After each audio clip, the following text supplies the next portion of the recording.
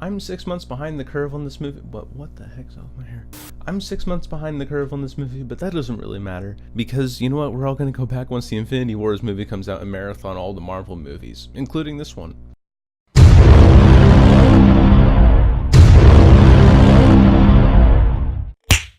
Spider-Man Homecoming is a story telling the sort of after origin story of Spider-Man. Kind of where does he go after he's already become a superhero, and I'm pretty sure that after 5 origin movies of Spider-Man, we already know what's going to be going on, because you have Spider-Man 1, 2, and 3 with Tobey Maguire, then the Amazing Spider-Man, which basically retold the story with a different, more modern twist to it, with Andrew Garfield in it, because it was focusing more on the storyline that had Gwen in it versus the storyline that had Mary Jane.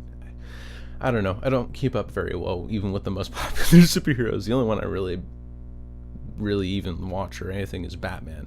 I don't know. I'm just weird that way. Spider-Man Homecoming, was it a good movie? I definitely think it was. I mean, I can't obviously cut the review there. Like that's the end of the review. No. Because I think that was sort of the whole point.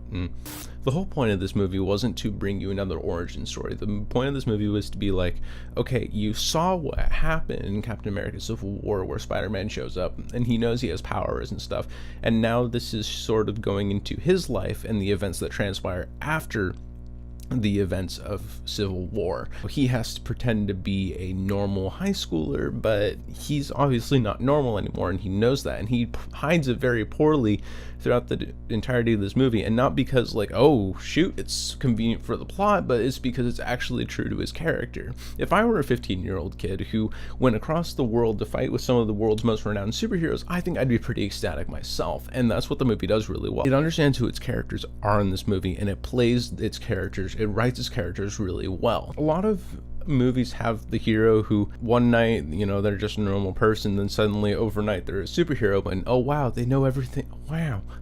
They're a hero now and they can do all sorts of hero stuff, and they're just, naturally good at being a hero. Whereas with this movie, it was very obvious that Peter Parker's still in his developmental stage of being a hero. There's this one scene where he's trying to hunt down some guys who are selling illegal Alienware, even though Tony Stark's like, hey, don't do this, this is way too dangerous for you.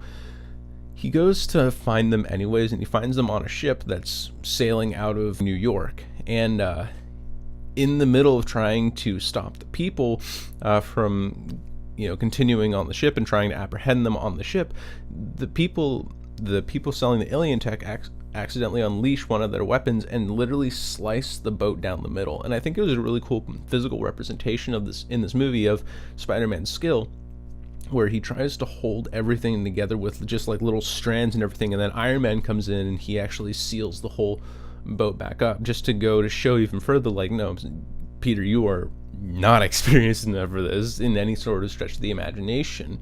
And so then it becomes more of a story of, instead of Spider-Man being an awesome hero because, okay, he had one fight and then he's immediately amazing, it's like, okay, no, there's still some progression to be had here. And while at the end of the movie you didn't feel necessarily like he had progressed too much in terms of his powers, but more like he had progressed more in terms of his maturity and realizing like, oh yeah, things like this do actually take time. I don't become a superhero overnight. The thing that this movie also did really well, which is what I've been commenting on and off within these past couple of minutes, is its characters. It knows who its characters are, and it plays most of them really well. I said all of them, but I realized that there's actually one or two characters in here that I don't really like. Now, the reason that I say that it wrote its characters really well and understood who they were is because sometimes whenever movies put a bunch of characters into a scene or a TV show, for example, Agents of S.H.I.E.L.D., when they have a scene with all the characters devising a plan and creating a plan of action, all of the lines sort of blur together because they're either trying to make it short and convenient for the story, or it's just not really well written at all.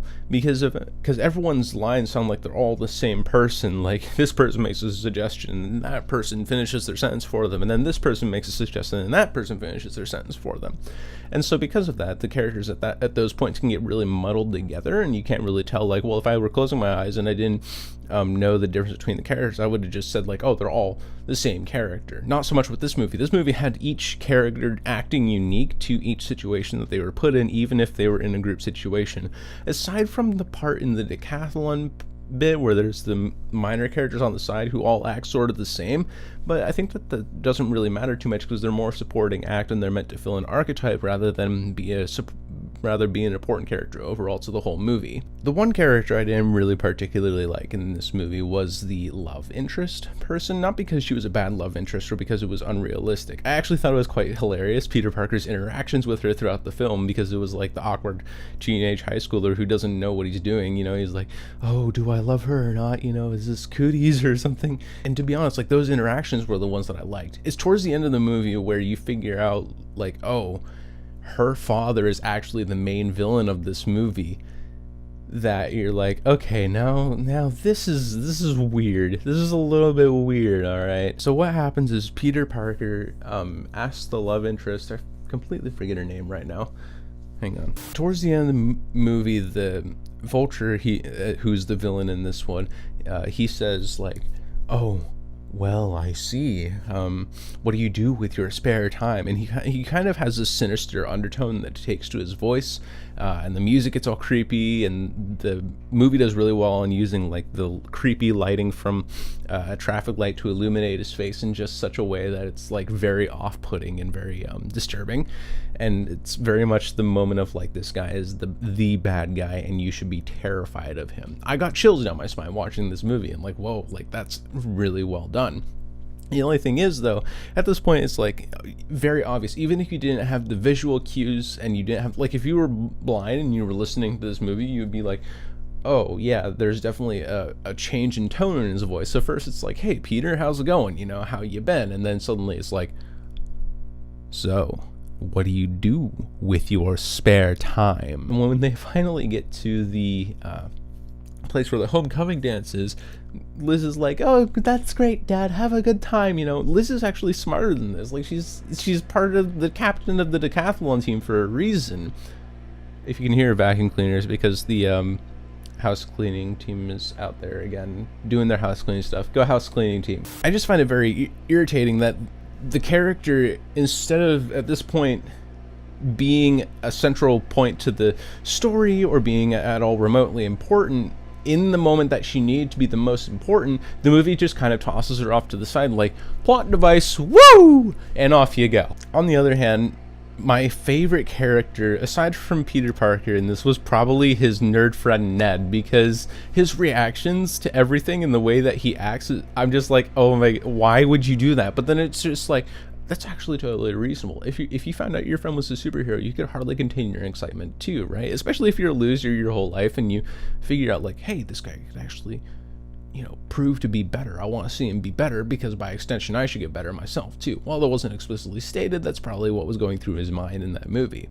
Another thing is that some people, and myself included, had some concerns over Iron Man being in this movie too much. I think not. I think that he was in the scenes that he needed to be in, and this movie didn't try to force the whole Avengers thing down your throat so much. Like, there's sometimes where let's see, what was the movie I was thinking of?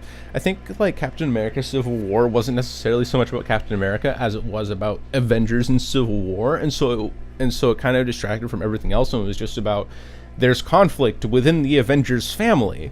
With this movie, it's like, oh no, Iron Man's in the trailer, this is not going to end well. But it actually ends really well, because at the end of the movie you realize, oh, Iron Man was actually in the spots that he needed to be in and not in any more than he had to be. So with all of that being said, I think this movie was written, had a good storyline, its comedy was appropriate, the characters were all written really well, and most of them acted to the point, except for the ones that I mentioned before, that I really liked. And before I finish this review off, I also want to mention that this movie starts off the movie in a really interesting way. So normally you'd have some like weird montage of the main character going through his life, and this sort of happens where Peter Parker, we're introduced to a series of phone vlogs that Peter Parker recorded during and slightly after his encounter with the Avengers during the events of Civil War. Before that, we're introduced to the main villain and his reason for being a villain. Now, for me, it's a totally reasonable reason for being a villain. Now, for some, voice cracks. For some villains, it's like, oh, you want to destroy the world. Like, why would you? Why? Why do you want chaos so much? But this one's more like Adrian Toomes has put his entire life career into taking away all the scrap that's left over from the alien fight with the Avengers, right? And then suddenly Tony Stark's people say, hey, you gotta get out of here. We're kicking you out. You can't get paid. Goodbye. So this leads to some resentment from the Vulture, and he wants to enact his revenge by stealing the alien tech back. And that's how you are introduced to the villain. And I think that was really well done, because then it's like, oh, I can actually sympathize slightly for the villain, because he's desperate. He's looking, he's kind of like grasping at strings here, right? He's trying to find some sort of closure. He's trying to find some way to provide for his family, and this was the first one that he could set his mind on, while also simultaneously enacting a sort of revenge story that doesn't seem so over the top, aside from alien weapons, I guess. General synopsis: great characters, great writing, the comedy was appropriate, and there were sometimes, of course, some characters that I didn't like nearly as much, and so for that reason, wait, hang on, I gotta find my rating chart. And so for that reason, I'm going to put this at 1 below the legendary rating, and I'm going to instead put it as awesome, because I think like there were a couple things that could have done better, a couple things that could have written a little bit better, but overall, enjoyable movie, great time, and I do highly suggest it.